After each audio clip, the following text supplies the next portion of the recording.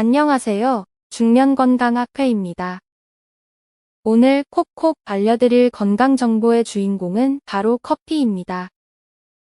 아침에 일어나자마자 식사 후에 잠을 깨려고 커피 드시는 분들 많으시죠? 그런데 이 커피만큼 논란이 많은 음료도 없습니다. 건강에 나쁘다는 말도 있고, 반대로 건강에 좋다는 말도 있고, 하루 한두 잔은 괜찮다부터 오히려 하루 3잔 이상이 건강에 좋다는 말도 있습니다. 이렇게 커피에 대한 논란이 많은 것은 커피가 그만큼 인기 있는 음료이기 때문인데요. 우리나라 성인 1인당 커피 소비량이 연간 353잔으로 세계인에 비해 2.7배나 높다고 합니다. 성인 한 명이 하루 한 잔의 커피를 마신다는 뜻인데 거의 밥이나 다름없어 보입니다. 오늘부터는 기왕 먹는 커피를 조금 더 건강하게 드셔보시면 어떨까요? 오늘 중년건강학회에서는 커피가 약이 되는 사람과 독이 되는 사람, 커피를 무엇과 먹으면 건강에 도움이 되는지, 하루에 적정한 양은 어느 정도인지, 커피를 건강하게 드실 수 있는 방법을 꼼꼼하게 알려드릴게요. 맛있는 커피 한 잔 드시면서 재밌게 들어보세요. 커피를 너무 많이 먹지 말라는 이야기들은 자주 들어보셨겠지만 오히려 커피가 도움이 되니까 챙겨 드시라는 이야기는 낯설게 들리실 수 있습니다. 이런 분들께는 정말로 커피가 도움이 됩니다. 먼저 기립성저혈압, 앉았다 일어날 때 어지러움을 느끼는 분들입니다. 앉아있는 동안에 몸속의 피가 다리 쪽에 몰려 있다가 일어나려고 할 때 아래쪽에 피를 머리까지 충분히 펌프질해서 올리지 못하는 분들이 있습니다. 서울대병원 순환기내과 이혜영 교수는 평소 혈압이 낮고 앉았다 일어났다 할 때 어지러움을 호소하는 분들께 하루에 커피 한두 잔을 복용하시는 것이 적절한 각성의 의미로 도움이 된다고 했습니다. 두 번째로 폐경기 여성들의 뼈 건강에도 커피가 도움이 됩니다. 커피에는 항산화 효과를 하는 클로로겐산, 항염증 효과가 있는 디테르펜 성분, 그리고 여성 호르몬인 에스트로겐이 포함되어 있어 뼈 건강에 이롭다고 합니다. 서울대병원 박상민 교수는 하루 3잔 미만의 커피는 골절을 예방하고 뼈를 건강하게 할 수 있다고 했습니다. 또한 폐경기 여성이 커피를 하루 한 잔 마시면 골다공증의 위험이 33% 감소하고 하루 2잔 마시면 골다공증의 위험이 36% 감소한다는 연구 결과가 있습니다.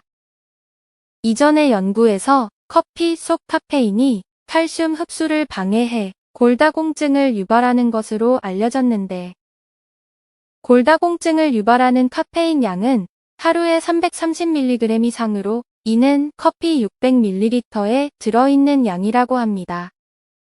그러니 적절한 양의 커피는 오히려 뼈 건강에 좋다는 것을 꼭 기억해 주세요. 세 번째로, 간이 걱정되시는 분들에게도 커피가 좋습니다. 대한간학회는 2018년도에 만성간질환자가 커피를 마시면 간암 발생이 억제된다는 지침을 발표했는데요.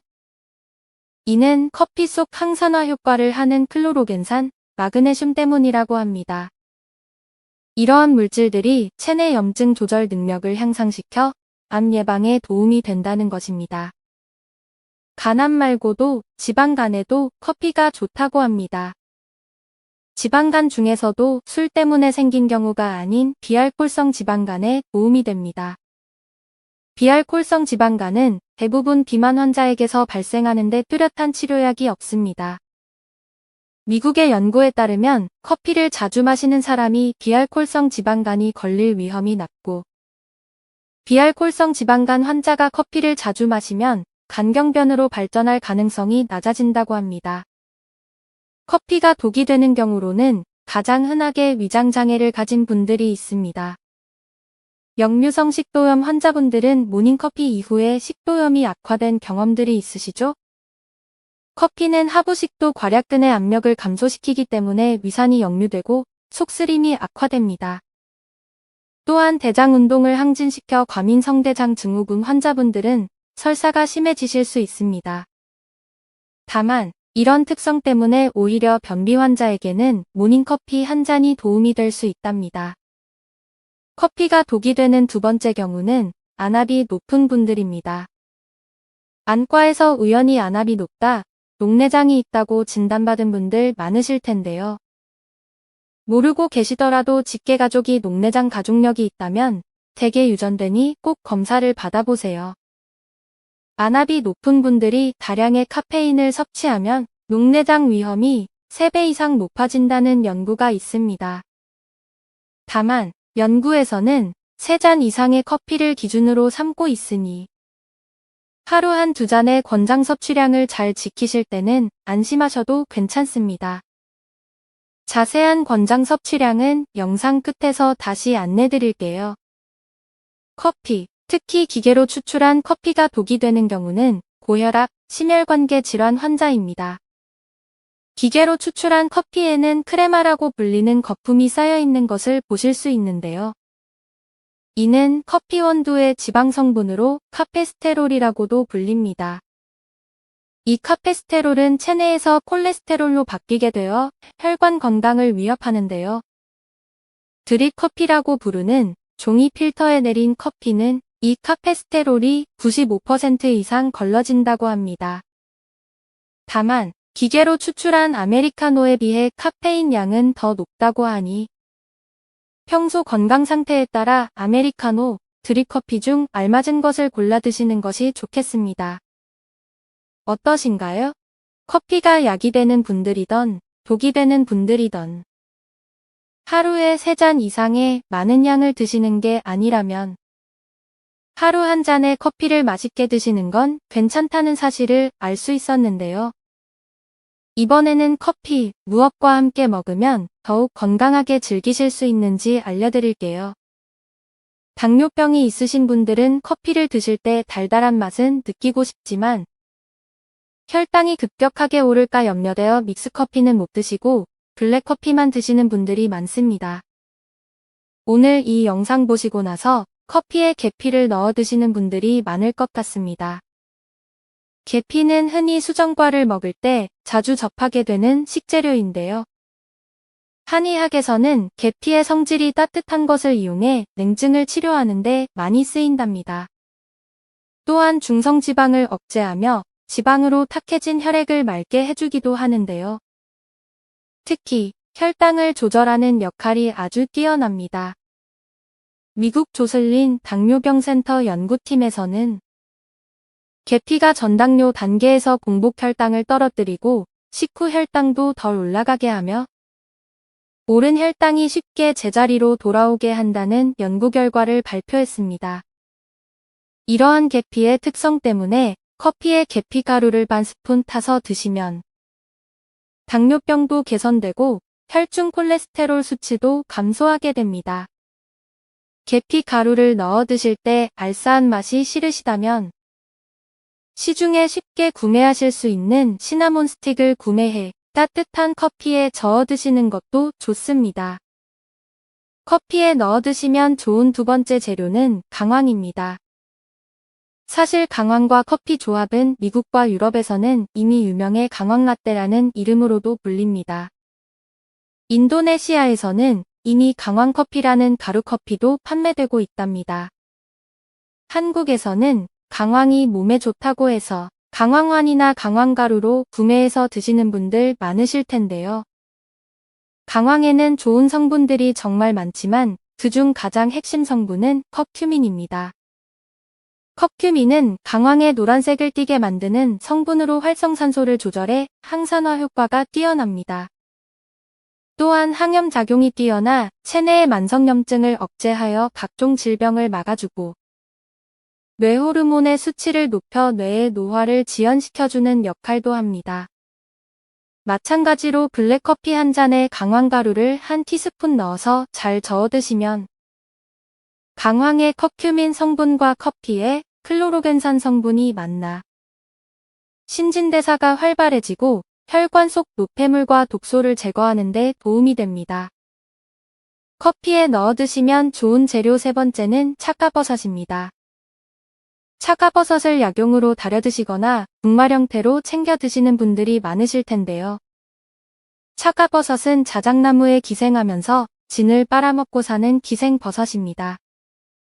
항암에 효과적이라는 베타글루칸, 항산화에 좋은 폴리페놀, 당질이 체내에서 소화 흡수되는 속도를 늦춰주는 이노시톨 등 좋은 성분이 많아 심혈관 질환 예방, 면역력 강화도 되며 당뇨병 환자분들에게 특히 좋은 버섯이지요.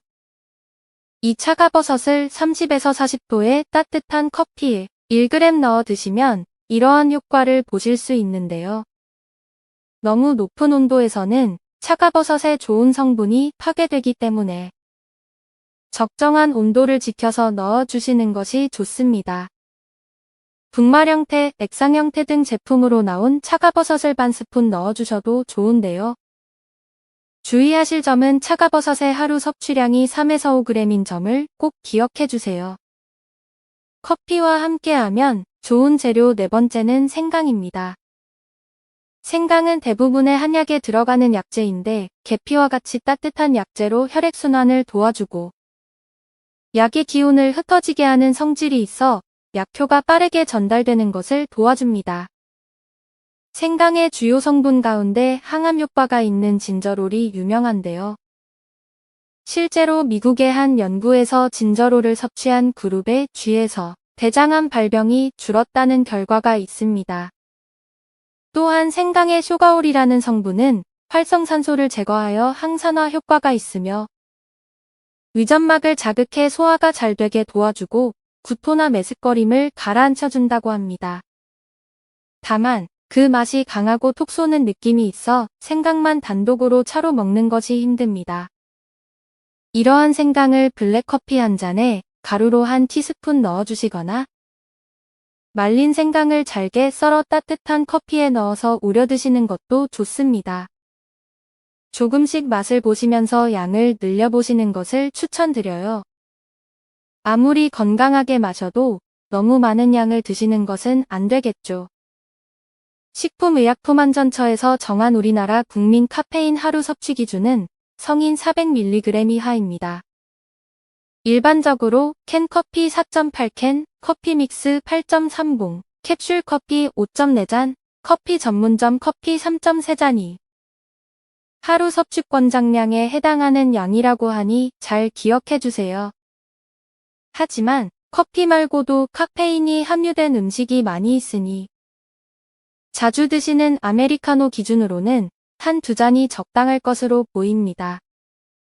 오늘은 커피를 드시면 약이 되는 분들, 독이 되는 분들, 커피에 어떤 재료를 넣어 드시면 좋을지에 대해서 알아보았습니다. 계피가루, 강황가루, 차가버섯 분말, 말린 생강이 집에 있다면 오늘부터 커피에 넣어보시면 어떨까요? 커피 한 잔 하시면서 건강한 하루 시작해보세요. 오늘도 건강하고 행복하세요.